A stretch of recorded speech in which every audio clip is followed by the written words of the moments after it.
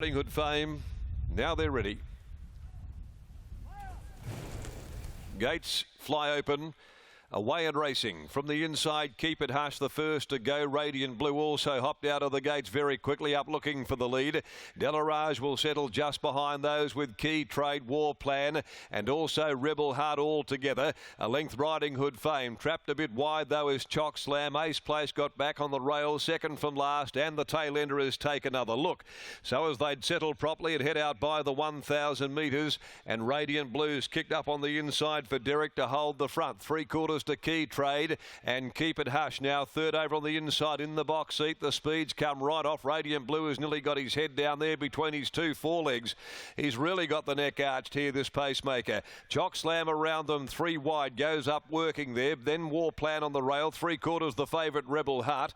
Ace Place getting back with Riding Hood fame, and last is Take Another Look. So by the 550, Radiant Blue got a very cheap sectional here mid-race, 1.5 Key Trade. Going around them, Delarage being put into the action before they swing.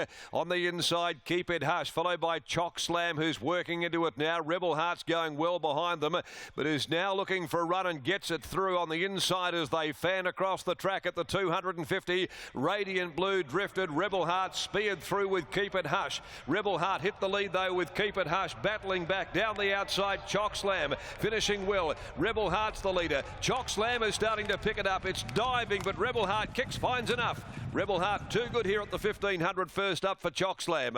And then Keep It Hush. It's in a photo for third from Take Another Look down the outside, who finished full of running. Ace Place also came well late. In behind them, War Plan, Riding Hood fame, Radiant Blue weakening, Key Trade, and Delarage's run was very short-lived, and it compounded to run last.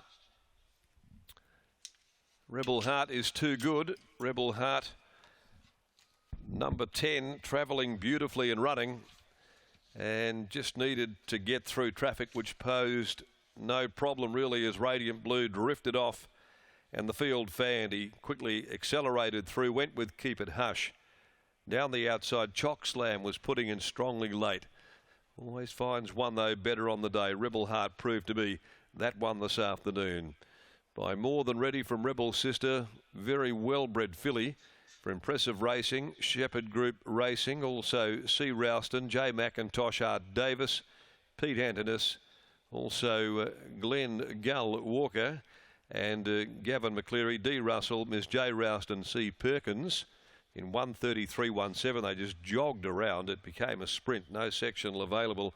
A long neck 3/4 margins. 6 Chock Slam second by Smug from Chicomo, Gary Crispin, Jason Whiting.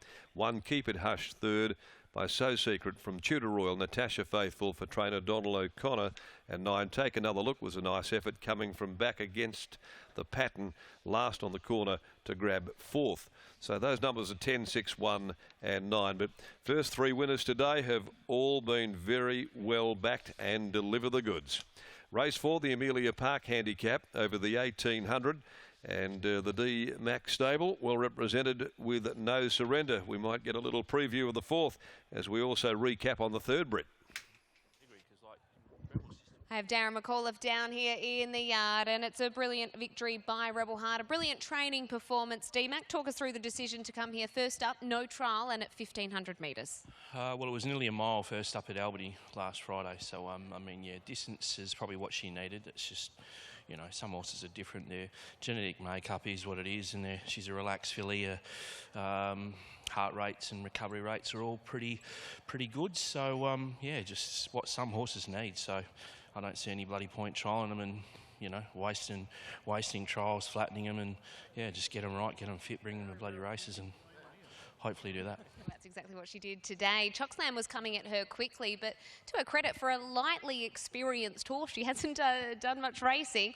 Were you impressed with just the way she found? Yeah, I was impressed with the way she sort of dug deep late, because yeah, she probably looked like she was going to peak 50 out, and Chock Slam had, you know, had that momentum up and that slingshot on her. But to Chock Slam's credit, it did sit 3 deep, no cover for the majority of the run, so wouldn't be too harsh. But yeah, sometimes they just need to learn how to win, don't they?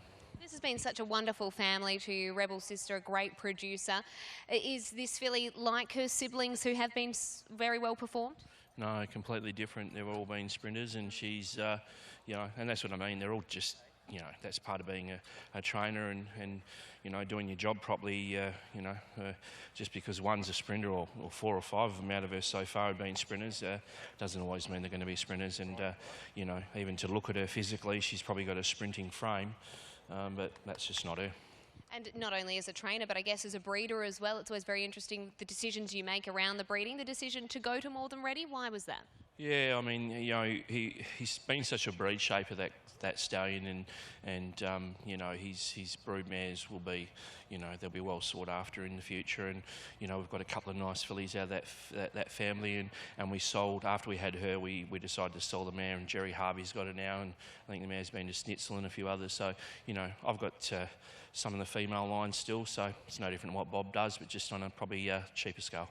Geez, it's exciting when they're going to Schnitzel, hopefully upgrading that page. Well done. Thank you. Darren McAuliffe there. Chris Parnham is with Scott. Certainly was. Chris Parnham in the middle stages there. You looked like you had a lap full of horse, but not a lot of racing room. Was there any nervous moments there? There were a little bit. I didn't want to expose her too early because she was first up 1500, no trial. So it wasn't like I could just sort of peel out 3 deep at the half mile and ride her that way. So we had to ride her like that. And fortunately, a few horses moved around and we got the gap through. Seemed to extend nicely through the line as well. Yeah, still learning a little bit as well. Just switched off slightly about the 100 and then felt more horses coming, then dug in again late. So something to work with. Darren seems to think that the more maturity and the longer the better it'll be for her. Yeah, I think so. It's only a second start, so I think she's going to mature into a nice mare. Good luck for the rest of the day. Thank you. It's Rebel Heart taking out race number 3 here. Darren McAuliffe and Chris Parnham combining. Nice performance there at the 3-year-old fillies. Just her second career start, and first up at 1500 metres, she gets the chocolates.